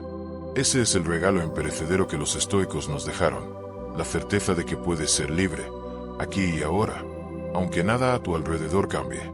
La próxima vez que alguien intente arrebatarte la calma, que una circunstancia intente encadenarte a la desesperación, sonríe por dentro y repite este mantra, esta declaración de independencia del alma. Puedes tocar mi cuerpo, Puedes afectar mis circunstancias, pero jamás, jamás, podrás encadenar mi mente. En el último capítulo, llegamos al corazón de la fortaleza estoica. La certeza de que, sin importar las circunstancias externas, nuestra mente puede permanecer libre. Descubrimos que las verdaderas cadenas no son de hierro, sino de pensamiento, y que nosotros, y solo nosotros, tenemos la llave de nuestra propia celda. Pero, ¿qué sucede con las prisiones que no parecen prisiones? ¿Qué pasa con las jaulas que nosotros mismos construimos, no con miedo y autocrítica, sino con lujo, confort y deseo? Hemos hablado de los muros invisibles de la opinión ajena y del caos del mundo. Ahora, debemos hablar de la prisión más hermosa, cómoda y socialmente aceptada de todas, la prisión dorada de nuestras propias posesiones. Y para empezar a inspeccionar sus barrotes, déjame hacerte una pregunta directa, y quizás incómoda. ¿Cuánto de lo que tienes, de lo que te rodea cada día, realmente necesitas? No me refiero solo a sobrevivir. Me refiero a vivir bien, a ser feliz. Piensa por un momento en tu armario, probablemente lleno de ropa que no has usado en el último año, prendas compradas por impulso o guardadas por si acaso. Piensa en ese cajón en la cocina o en el escritorio, un cementerio de objetos que ni siquiera recuerdas haber comprado. Piensa en las suscripciones digitales que pagas mes a mes, en las horas que inviertes trabajando para mantener un estilo de vida que, si te detienes a analizarlo, a veces ni siquiera tienes tiempo de disfrutar. Si fueras brutalmente honesto contigo mismo, despojándote de las expectativas sociales y del marketing que respiramos, ¿cuánto de todo eso aporta genuinamente a tu tranquilidad y a tu felicidad? Los estoicos, con su incesante búsqueda de la claridad, tenían una respuesta contundente. Muy poco. Para ellos, el verdadero poder, la verdadera riqueza, no residía en la capacidad de acumular, sino en la fortaleza de desapegarse. Séneca, un hombre que, irónicamente, fue uno de los más ricos de Roma, escribió una frase que es dinamita pura para los cimientos de nuestra cultura consumista. No es pobre el que tiene poco, sino el que desea más. Deja que esa idea se asiente por un momento. No es la cantidad en tu cuenta bancaria lo que te hace pobre o rico, sino la magnitud de tu deseo. La pobreza no es un estado material, es un estado mental de carencia perpetua. Si lo piensas, la raíz de una enorme cantidad de nuestra ansiedad, estrés y descontento proviene de este deseo insaciable de más. Más dinero para sentirnos seguros, más éxito para sentirnos validados, más reconocimiento para sentirnos importantes, más cosas para llenar un vacío que, en realidad, no es material. El problema, insistían los estoicos, nunca ha sido tener cosas. El problema es la dependencia. Cuando tu felicidad, tu sentido de seguridad o tu autoestima dependen de lo que posees, dejas de ser el dueño de tus posesiones para convertirte en su esclavo. Te preocupas por perderlas, te estresas por mantenerlas y dedicas la mayor parte de tu valioso tiempo y energía a adquirir más, en un ciclo que nunca termina, conocido hoy como la rueda hedónica. Imagina un ejemplo actual. Piensa en alguien que gana una cantidad impresionante de dinero. Vive en una casa enorme, conduce un coche de lujo y viste ropa de diseñador. Desde fuera, es la viva imagen del éxito. Pero si pudiéramos ver su mundo interior, quizás encontraríamos que gran parte de su energía mental se consume en mantener ese estatus. Se preocupa por la próxima crisis económica, se compara constantemente con sus vecinos que tienen un coche aún más nuevo, y trabaja jornadas interminables en un trabajo que quizás odia, todo para pagar las facturas de una vida que se ha vuelto una carga. Es el guardián de su propio museo, no el habitante de un hogar. Ahora, imagina a otra persona. Alguien con ingresos mucho más modestos, que vive en un espacio sencillo y funcional. Como sus necesidades materiales son menores, no necesita trabajar hasta el agotamiento. Tiene las tardes libres para leer en el parque, tiempo para caminar sin rumbo, para tener conversaciones profundas con sus amigos, para aprender a tocar un instrumento o simplemente para no hacer nada y disfrutar del silencio. ¿Quién de los dos, honestamente, crees que está más cerca de la tranquilidad? De la ataraxia de la que hablábamos. El estoicismo no te pide que renuncies a todo y te vayas a vivir como un ermitaño a una cueva. Lo que te pide es algo mucho más sutil y poderoso. Aprender a que lo externo no gobierne tu paz interna. Disfruta de lo que tienes, pero no ates tu felicidad a ello. Para cultivar esta fortaleza, uno de los entrenamientos favoritos de los estoicos era la práctica de la privación voluntaria. De vez en cuando, de forma deliberada, elegían vivir con mucho menos de lo que podían permitirse. Durante unos días, dormían en el suelo en lugar de en su cómoda cama, comían la comida más sencilla y barata, como pan y agua, y vestían su ropa más austera, dejando de lado cualquier lujo. ¿Por qué hacían esto? ¿Era una forma de autocastigo? Todo lo contrario. Era un acto de liberación. Lo hacían para recordarse a sí mismos, a un nivel visceral y no solo intelectual, que la vida sencilla es suficiente para ser feliz. Séneca lo practicaba constantemente. Decía que, al familiarizarse con la pobreza, perdía por completo el miedo a ella. Imagina el increíble poder que eso te da. Si no le temes a perder tu fortuna, si sabes en lo más profundo de tus huesos que podrías ser feliz con casi nada, ¿qué podría asustarte? ¿Qué amenaza de un jefe? ¿Qué crisis económica? ¿Qué revés del destino podría realmente aterrorizarte? Te vuelves invulnerable, porque has descubierto que tu bienestar no reside en tus posesiones, sino en tu carácter. Es un ensayo, un simulacro para la adversidad que te vacuna contra el miedo. El motor de nuestra economía moderna nos empuja constantemente a creer que necesitamos lo último, lo nuevo, lo mejor. Se nos bombardea con mensajes que crean necesidades donde no las había. Pero en el momento en que descubres, por experiencia propia, que puedes vivir felizmente con menos, recuperas un poder inmenso sobre tu propia vida. De repente, las cadenas doradas se rompen. Ya no dependes de un trabajo que odias solo para pagar lujos innecesarios que no te aportan una felicidad duradera. Te das la libertad de buscar un trabajo con más propósito, aunque pague menos. Ya no te esclavizas con deudas para comprar un coche o un teléfono que impresione a personas que, como vimos en el capítulo 2, probablemente ni siquiera piensan en ti. Y lo más importante, dejas de medir tu valor como persona por lo que tienes en el garaje o en el banco, y empiezas a medirlo por lo que eres. Tu integridad, tu bondad, tu sabiduría, tu calma. Esa es la esencia de la libertad estoica. Ser el dueño de ti mismo, no de tus posesiones. Quiero proponerte una práctica sencilla para que experimentes esto por ti mismo. Durante una semana, solo una, elige conscientemente algo de lo que puedas prescindir. No tiene que ser algo drástico. Puede ser ese café de especialidad que compras cada mañana, la costumbre de pedir comida a domicilio, el uso de las redes sociales por más de 15 minutos al día, o incluso un lujo pequeño que siempre das por hecho, como tomar duchas muy largas y calientes. Elige una cosa y elimínala durante 7 días. Observa lo que sucede dentro de ti. Al principio, es probable que sientas incomodidad, el picor del hábito, la voz de la costumbre quejándose. Pero si perseveras, es muy probable que después de unos días llegue algo mucho más valioso. La certeza cristalina de que no lo necesitabas tanto como pensabas. Descubrirás que tu felicidad y tu bienestar no dependían de ello. Ese descubrimiento, esa pequeña victoria sobre un deseo fabricado, te hace más fuerte y más libre que cualquier riqueza material. El mundo nos grita con vallas publicitarias y anuncios sin fin. Compra más, acumula más, sé más. El estoicismo, en cambio, nos susurra al oído con la sabiduría de los siglos: necesitas mucho menos de lo que crees. Cuando logras interiorizar esta verdad, no solo como una idea bonita, sino como una realidad vivida, todo tu paisaje interior cambia. El miedo a perder se disuelve, porque sabes que lo esencial no te lo pueden quitar. La ansiedad por conseguir se calma, porque te das cuenta de que ya tienes suficiente.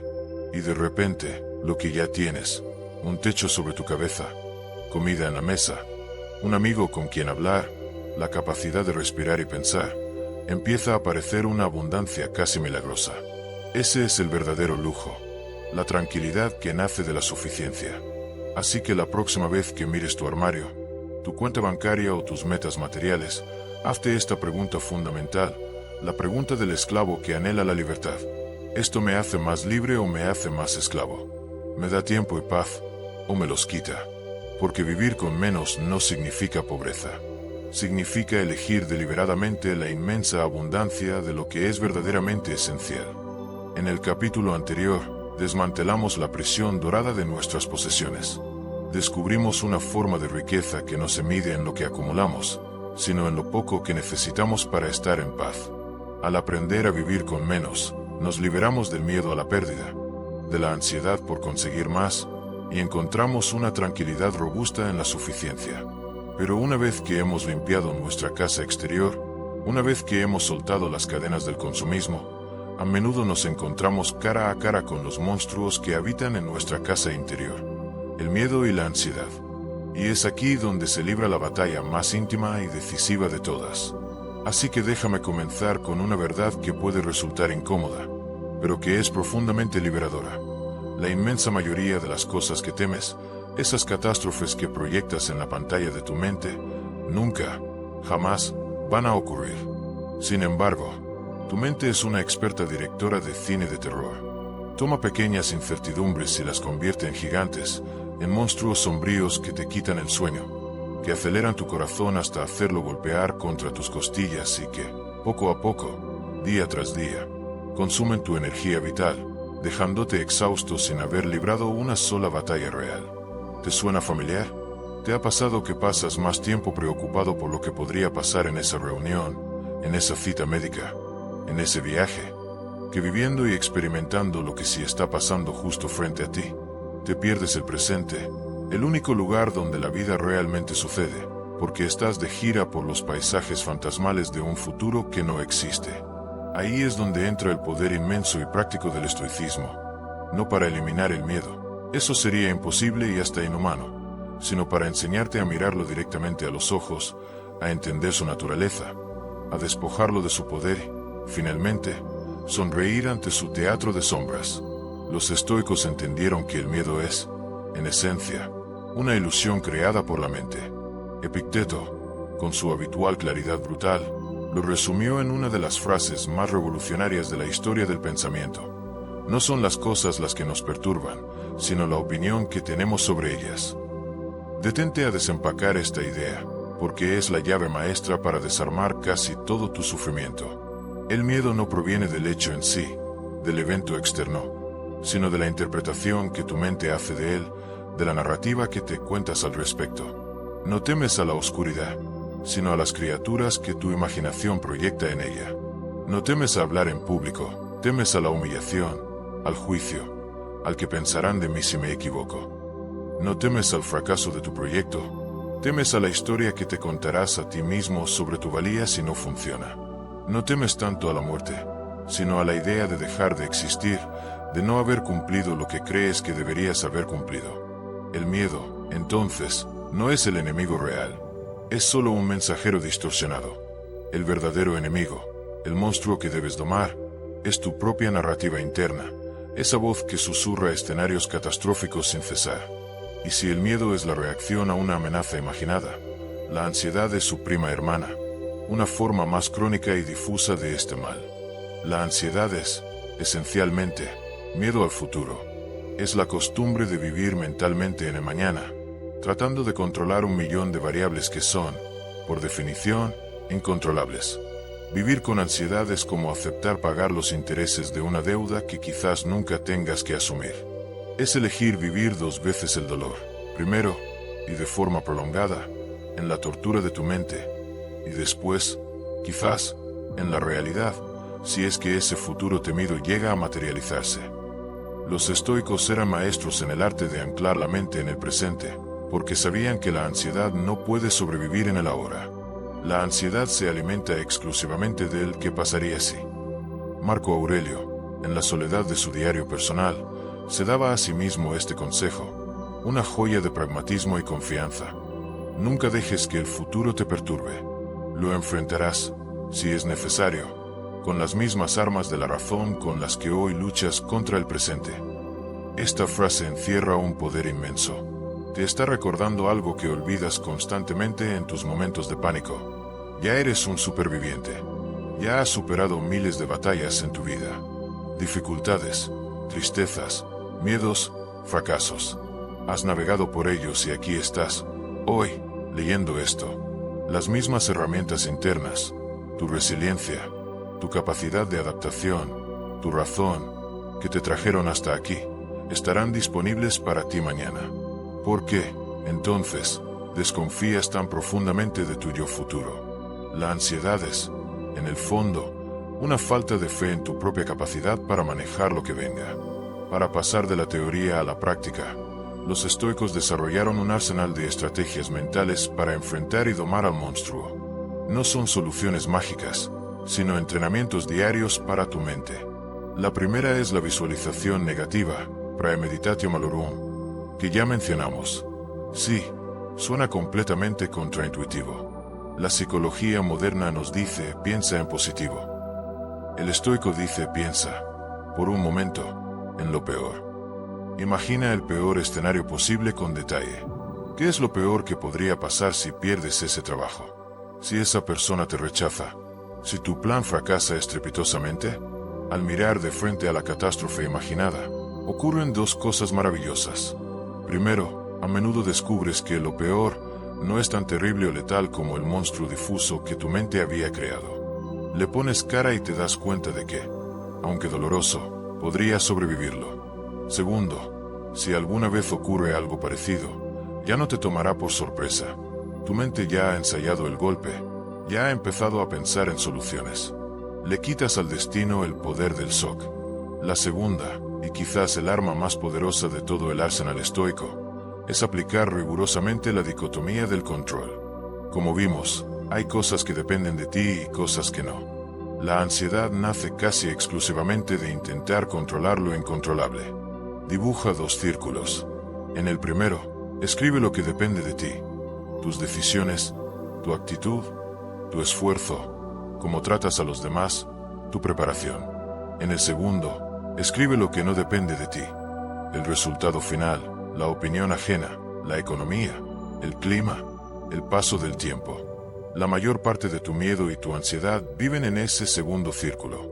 ¿Por qué gastar un solo julio de tu preciosa energía en un territorio sobre el que no tienes ninguna jurisdicción? Enfoca el 100% de tu atención en el primer círculo. Prepárate lo mejor que puedas, actúa con integridad y luego, suelta el resultado. Acéptalo, sea cual sea. La tercera estrategia es la exposición gradual al miedo. Séneca nos recordaba, nos asusta más la imaginación que la realidad. La única forma de comprobar esta afirmación es exponiéndote, poco a poco, a aquello que temes. La evitación es el combustible del miedo. Cada vez que evitas algo que te aterra, le estás enviando un mensaje a tu cerebro. ¿Ves? Esto es realmente peligroso. Hicimos bien en huir. Para romper el ciclo, debes acercarte. Si te aterra hablar en público, no tienes que empezar dando una conferencia TED. Empieza haciendo una pregunta en una reunión pequeña. Luego, ofrece tu opinión. Luego, presenta un tema a 3 compañeros. Si temes a la soledad, no te vayas a una cabaña aislada un mes. Dedica 15 minutos al día a estar contigo mismo en silencio, sin distracciones. Cada pequeño paso, cada pequeña victoria, le arranca un trozo de poder al monstruo hasta que se convierte en una sombra manejable. Para que empieces a poner esto en práctica, te propongo un ejercicio muy simple pero transformador. Esta noche, antes de dormir, toma un cuaderno y haz 2 listas. En la primera, escribe las preocupaciones que tienes sobre mañana que involucren cosas que dependen de ti. Por ejemplo, preparar bien mi presentación. En la segunda lista, escribe las preocupaciones sobre cosas que no dependen de ti. Por ejemplo, que a mi jefe le guste la presentación, que no haya tráfico. Cuando termines, toma la segunda lista, mírala con frialdad y di en voz alta: esto no es mío. Suelto el control sobre esto. Y luego, concéntrate únicamente en la primera lista, que es tu campo de acción. Si haces esta práctica a diario, sentirás cómo te liberas de una carga inmensa que nunca debiste haber llevado. El miedo y la ansiedad no van a desaparecer por completo de tu vida. Nadie, ni el más sabio de los estoicos, vive sin ellos. Son parte de nuestro sistema de alarma biológico, pero puedes cambiar radicalmente tu relación con ellos. Puedes aprender a mirarlos de frente, a escucharlos como mensajeros a veces equivocados, a domesticarlos en lugar de dejar que te dominen y dicten el tamaño de tu vida. Piensa en esto. Cada miedo que enfrentas y superas, por pequeño que sea, te convierte en alguien más fuerte, más libre, más dueño de ti mismo. Y cada espiral de ansiedad que logras detener y soltar, abre un espacio precioso en tu mente para la paz, la claridad y la alegría del momento presente. Así que la próxima vez que sientas que tu corazón se acelera y tu mente empieza a galopar hacia el futuro catastrófico, detente, respira, y recuerda esta verdad estoica, tu ancla en la tormenta. Ya sobreviviste a todos tus peores días del pasado, ya estás aquí, dominando los desafíos del hoy, y con esas mismas herramientas, también podrás con lo que venga mañana. En el capítulo anterior, nos adentramos en las catacumbas de la mente para enfrentarnos a los monstruos de nuestra propia creación, el miedo y la ansiedad. Aprendimos a desarmarlos con la lógica, a domesticarlos con la exposición y a anclarnos en el presente para robarles su poder. Pero, ¿qué sucede cuando el monstruo no es una sombra del futuro, sino una bestia real, presente y tangible? ¿Qué pasa cuando la adversidad que tanto temíamos, a pesar de todo nuestro entrenamiento, finalmente derriba la puerta y entra en la habitación de nuestra vida? ¿Qué hacemos cuando el dolor no es una posibilidad, sino una realidad que nos atraviesa el alma? Es aquí, en el crisol del sufrimiento real, donde toda nuestra filosofía se pone a prueba. Y si hay algo tan seguro en la vida como el amanecer, es la llegada del dolor. No importa cuánto corras, no importa cuánto te escondas detrás de murallas de éxito, riqueza o planificación. La vida, en su sabiduría a veces brutal, se asegurará de que te encuentres con él.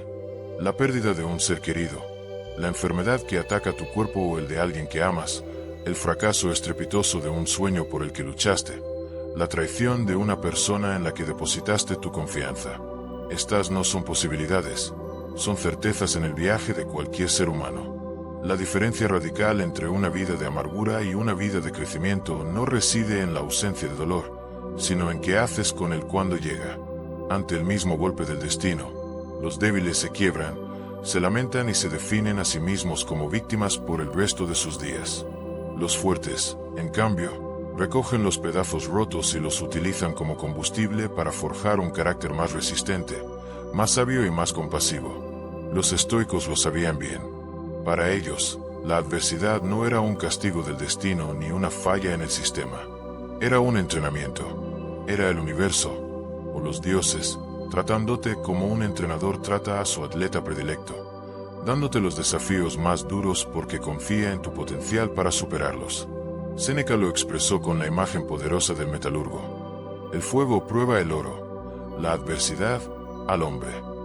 Piensa en esa metáfora. El oro no se purifica con una caricia, sino con un calor extremo que quema todas las impurezas. De la misma manera, las dificultades no llegan a tu vida para destruirte, sino para revelarte de qué estás hecho, para quemar tus debilidades, tus apegos y tu ego, y dejar al descubierto el núcleo indestructible de tu verdadero ser. Imagina un árbol que crece solitario en una colina barrida por el viento. Cada día, la tormenta intenta arrancarlo de la tierra. ¿Qué hace el árbol? Para no ser derribado, sus raíces se ven forzadas a hundirse más y más hondo en la tierra, a aferrarse a la roca con una tenacidad desesperada. ¿Y sabes qué? Es precisamente por esa lucha constante, por esa adversidad diaria, que se vuelve infinitamente más fuerte que los árboles que crecieron protegidos y en calma en un valle. Lo mismo ocurre contigo. Tu dolor, tu lucha, tu adversidad, es el gimnasio de tu alma. Cada desafío es una pesa que, aunque cueste levantarla, está fortaleciendo tu espíritu. Aquí nos topamos con una de las grandes paradojas de la existencia. La mayoría de la gente dedica su vida entera a buscar la comodidad, a construir una existencia sin obstáculos, sin fricción, sin dolor. Pero detente y respóndeme con honestidad. ¿Acaso un cuerpo se fortalece sin el peso que lo obliga a esforzarse? ¿Acaso un guerrero aprende a luchar sin batallas que lo pongan a prueba? ¿Acaso una mente se vuelve más aguda y creativa sin problemas complejos que resolver? El estoicismo no busca eliminar la dificultad, porque sabe que eso es eliminar la posibilidad de crecimiento. Su propuesta es mucho más radical y útil. Aceptar la dificultad como parte inevitable y necesaria de la existencia, y aprender el arte de convertirla en una oportunidad. Marco Aurelio, en medio de las plagas y las guerras que marcaron su reinado, Escribió en su diario esta fórmula alquímica para la resiliencia. Lo que obstaculiza la acción, la adelanta. Lo que se interpone en el camino se convierte en el camino. Este es el secreto de los grandes maestros, la clave para transformar el veneno en medicina. La piedra que parece bloquear tu paso no es un muro, es el primer peldaño de la escalera que debes construir para ascender. El fracaso que te humilla es la lección exacta que necesitabas para tu futuro éxito. La traición que te rompe el corazón te enseña sobre tus propios límites y te obliga a cultivar el amor propio. El obstáculo no está en el camino, el obstáculo es el camino. Para aplicar esta mentalidad, los estoicos nos legaron estrategias increíblemente poderosas. La primera y más elevada es el amor fati, amar tu destino. No se trata simplemente de tolerar o soportar lo que te sucede. Eso es resignación pasiva. El amor fati es una fuerza activa y afirmativa. Es abrazar cada evento de tu vida, tanto los placenteros como los dolorosos, como si los hubieras elegido tú mismo, como si fueran exactamente el maestro que necesitabas en ese momento. Si llega el éxito, lo amas sin apegarte. Si llega el dolor, lo amas como la prueba que te corresponde para fortalecerte. Amor fati no es decir con los hombros caídos que le vamos a hacer. Es decir con el pecho erguido y el corazón abierto. Esto no me rompe, esto me construye. Elijo esto. Lo quiero. Tráeme más. La segunda estrategia es el entrenamiento en la incomodidad, una extensión de la privación voluntaria que vimos antes.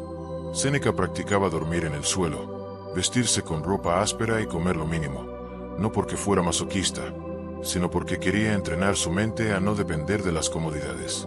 Quería ser amigo de la dureza para que, cuando la vida inevitablemente le quitara sus lujos, su paz interior no se viera afectada. ¿Qué pasaría si tú, por elección, te expones a pequeñas incomodidades diarias?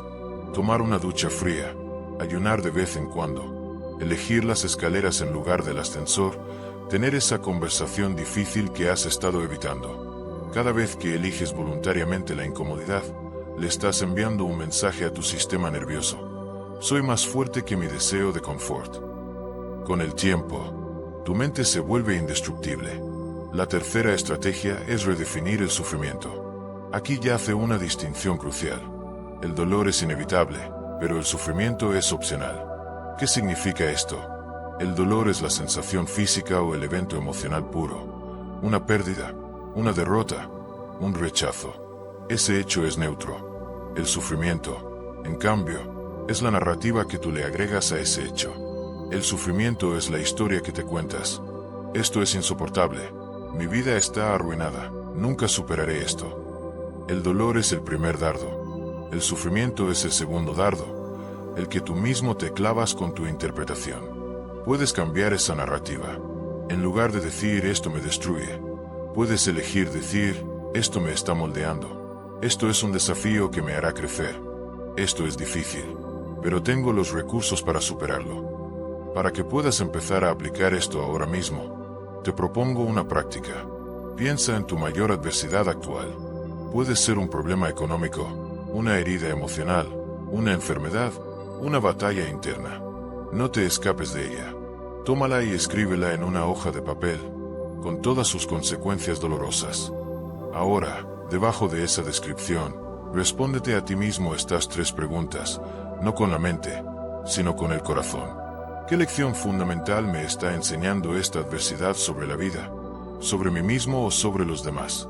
¿Qué parte de mí, mi paciencia, mi coraje, mi compasión, mi resiliencia, se está viendo forzada a fortalecerse gracias a este desafío?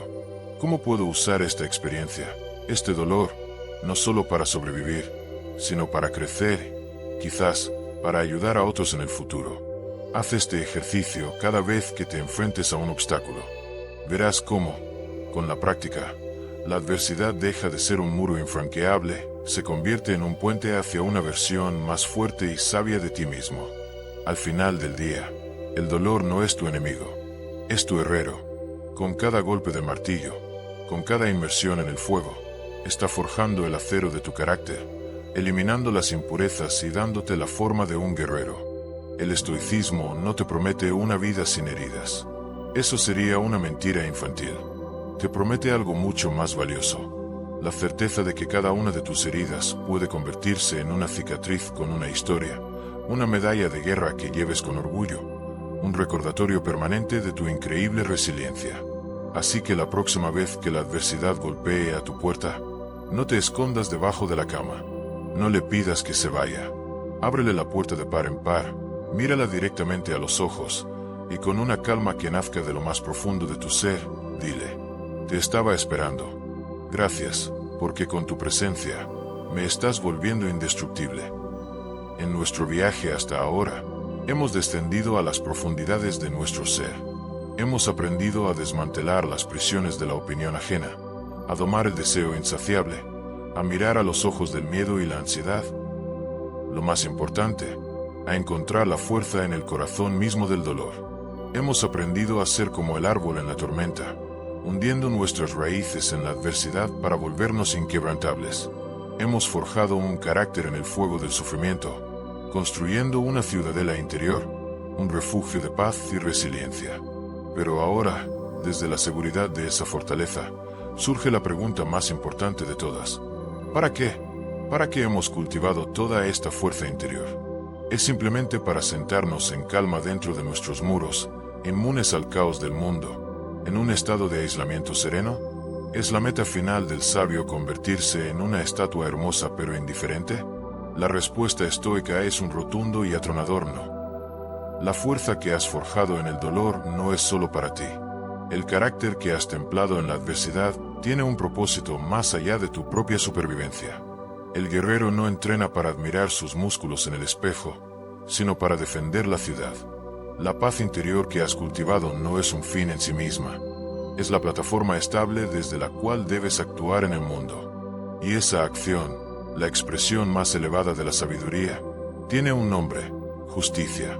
Un hombre puede ser sabio en sus reflexiones, valiente ante sus propios miedos y moderado en sus deseos, pero si no practica la justicia en su trato con los demás, toda su virtud se convierte en un orgullo vacío, en un egoísmo sofisticado. Es la justicia la que da sentido a todas las demás virtudes, la que las saca del ámbito privado y las pone al servicio de la humanidad. Para los estoicos, la justicia no era simplemente un conjunto de leyes escritas en un papiro o un asunto para los tribunales. Era la virtud suprema, el pegamento cósmico que une a los seres humanos entre sí, el principio que convierte a una multitud de individuos egoístas en una comunidad floreciente. Sin justicia, la vida humana sería, como dijo un filósofo posterior, una guerra de todos contra todos. Es el cimiento sobre el que se construye cualquier forma de civilización, confianza y armonía. Entonces, ¿qué es exactamente la justicia para un estoico? Es mucho más que dar a cada uno lo suyo. La justicia estoica es el acto de vivir en armonía con la razón universal, reconociendo que cada ser humano es una pieza del mismo rompecabezas, una célula del mismo organismo, una rama del mismo árbol. Es la comprensión profunda de que estamos intrínsecamente conectados. Marco Aurelio, el emperador que pasaba sus noches reflexionando sobre cómo ser un buen hombre, lo expresó con una metáfora simple y perfecta: lo que no es bueno para la colmena, no es bueno para la abeja. Deja que esta idea penetre en tu mente. Vivimos en una cultura que nos glorifica como abejas individuales, animándonos a acumular nuestro propio néctar, a construir nuestra propia celdilla, sin importar el estado de la colmena. Pero el estoico ve la locura en esto. Sabe que el bien individual, a largo plazo, no puede separarse del bien común. Una abeja no puede prosperar si la colmena se derrumba. Tu bienestar personal es frágil y efímero si la sociedad que te rodea se pudre por la injusticia y el egoísmo. El egoísmo, por tanto, no es solo un fallo moral, es un error de cálculo, una miopía existencial que destruye el entorno del que dependes. Tarde o temprano, te destruye a ti mismo. La justicia, en cambio, construye, nutre y protege tanto a la abeja como a la colmena. Para que esta idea no se quede en la abstracción, los estoicos la desglosaron en principios prácticos. El primero es el respeto incondicional a la dignidad humana. Cada persona que te encuentras, por el simple hecho de compartir la chispa de la razón y la existencia, merece ser tratada con un respeto fundamental. No importa su condición social, su riqueza, su poder, su nacionalidad o sus creencias. Debajo de todas esas etiquetas superficiales, hay un ser humano, un conciudadano del cosmos. La justicia empieza por reconocer esa humanidad compartida, especialmente en aquellos que la sociedad tiende a ignorar o despreciar. El segundo principio es el cumplimiento del deber. La justicia no se mide en discursos elocuentes ni en buenas intenciones, sino en actos concretos. Se manifiesta en el cumplimiento diligente de los roles que la vida te ha asignado, como padre o madre, como hijo o hija, como ciudadano, como amigo, como profesional. Ser justo es ser un buen padre, no solo cuando es fácil, sino especialmente cuando es difícil. Es ser un ciudadano honesto, que paga sus impuestos y respeta las leyes, no por miedo al castigo, sino porque entiende que es su contribución a la colmena. Es ser un amigo leal, que dice la verdad aunque duela y que ofrece su apoyo sin esperar nada a cambio. El tercer principio es la universalidad. No hay justicia verdadera si solo se aplica cuando nos conviene o solo a nuestro círculo cercano. La justicia debe ser como el sol, que brilla para todos por igual. Es imparcial, no mira rostros, no distingue entre amigos y enemigos, entre fuertes y débiles. Actuar con justicia significa aplicar los mismos principios de honestidad y equidad a un extraño que a un hermano, y exigirte a ti mismo los mismos estándares que exiges a los demás. Así como hay principios que construyen la justicia, también hay enemigos que la corroen. El principal, como ya vimos, es el egoísmo, esa enfermedad del alma que nos hace creer que nuestro bienestar es más importante que el de los demás. Pero hay otro enemigo, más sutil y quizás más común: la injusticia por omisión. No basta con no hacer daño para ser una persona justa. La verdadera justicia exige también actuar cuando vemos el mal y tenemos la capacidad de hacer algo al respecto. Quedarse callado ante el abuso, mirar para otro lado ante la corrupción, ignorar el sufrimiento que podríamos aliviar, todo eso es una forma de injusticia. El silencio de los buenos es a menudo el mayor cómplice del mal. Para vivir una vida de justicia, los estoicos, como siempre, nos ofrecen entrenamientos prácticos. El primero es el examen diario de conciencia. Cada noche, antes de dormir, pregúntate con honestidad: ¿actué hoy con justicia hacia los demás? ¿En qué momentos mi egoísmo dictó mis decisiones? ¿Hubo alguna situación en la que debí actuar o hablar y no lo hice por miedo o comodidad?